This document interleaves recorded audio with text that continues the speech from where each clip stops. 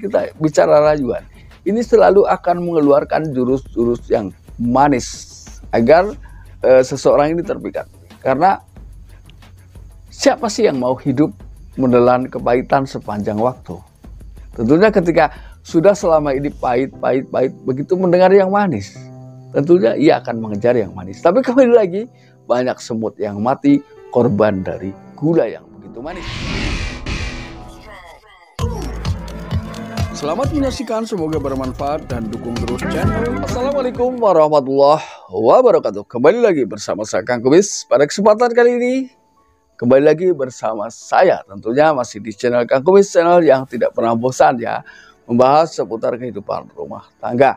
Nah, pada kesempatan kali ini Kang Kumis ingin membahas mengenai 5 alasan seorang wanita rela, seorang istri ya, bisa juga seorang wanita rela menjadi selingkuhan. Kenapa? Karena biasanya yang menjadi selingkuhan ini bisa juga masih sendiri, bisa juga istri orang yang sama-sama punya pasangan. Ini, makanya bisa wanita, bisa istri. Ya, alasannya kenapa demikian miris? Bukankah perselingkuhan adalah hal yang paling ditakutkan terjadi setelah seseorang masuk dalam kehidupan rumah tangga? Tapi kenapa ada yang demikian? Yuk kita simak sama-sama 5 alasan ini.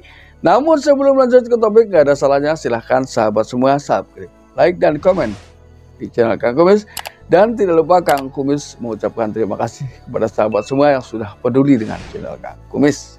Yang pertama adalah bisa jadi ini adalah diakibatkan oleh sebuah pergaulan dan harta.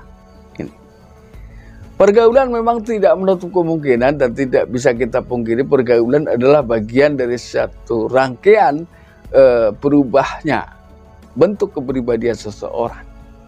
Ya, akibat pergaulan. Ini punya nilai yang sangat aktif, nilai yang sangat penting untuk merubah mindset kebiasaan seseorang ya.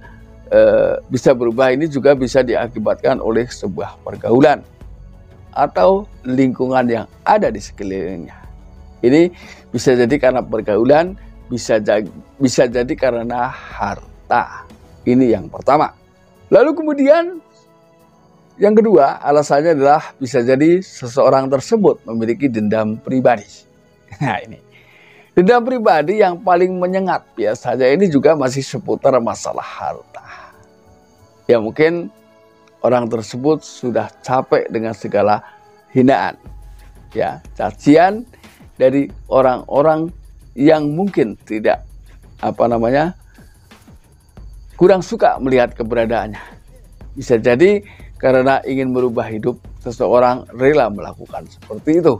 Ya, ini juga bentuk satu usaha yang keliru tapi ada. Ya, jadi ia ingin merubah hidup sehingga dia menggunakan jalan seperti itu walaupun kurang suka melihat keberadaannya.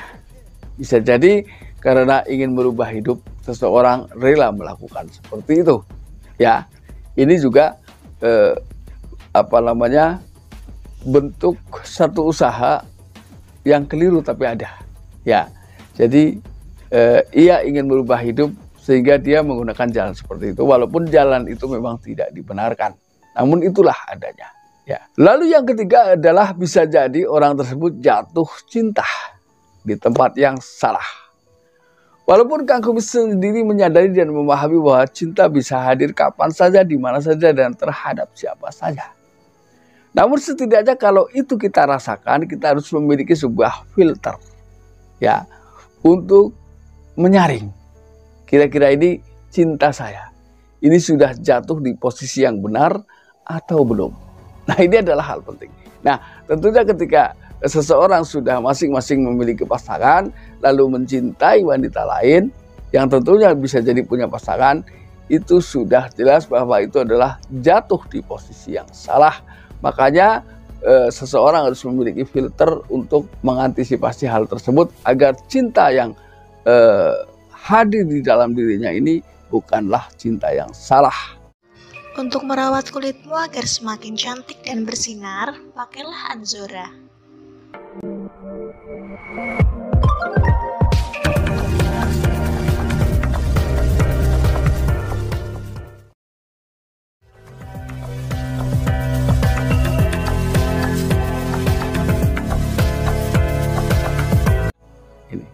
Lalu yang keempat adalah adanya satu harapan pada dirinya.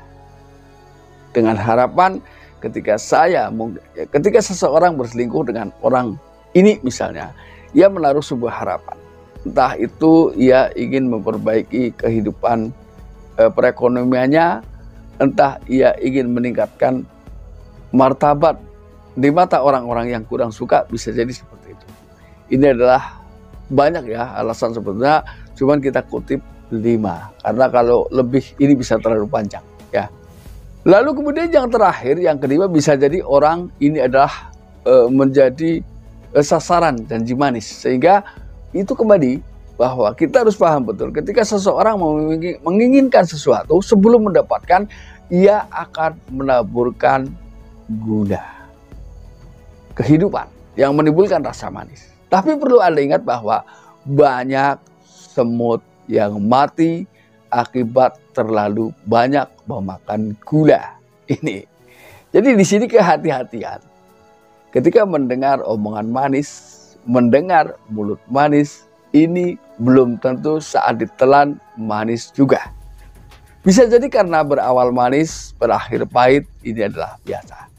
Maka di sini kehati-hatian ketika kita mendengar, telinga kita mendengar. Karena ketika seseorang merayu seseorang, entah itu dalam bentuk apapun, tapi kita bicara rayuan, ini selalu akan mengeluarkan jurus-jurus yang manis agar seseorang ini terpikat. Karena siapa sih yang mau hidup menelan kepahitan sepanjang waktu? Tentunya ketika sudah selama ini pahit, begitu mendengar yang manis, tentunya ia akan mengejar yang manis. Tapi kembali lagi, banyak semut yang mati korban dari gula yang begitu manis. Nah, ini tentunya bisa kita ambil hikmah ya dari perjalanan hidup, bahwa ada pahit, ada manis. Namun ketika sudah terlalu manis, bisa juga berakhir dengan pahit. Tapi tidak menutup kemungkinan walaupun awalnya pahit, ketika kita mau berusaha, maka perlahan gula-gula manis itu akan jatuh dan menghilangkan rasa pahit di tengah kehidupan kita. Artinya di sini tidak akan pernah ada usaha yang sia-sia. Tidak akan ada, tidak akan pernah Tuhan salah membagikan rezeki. Tidak akan.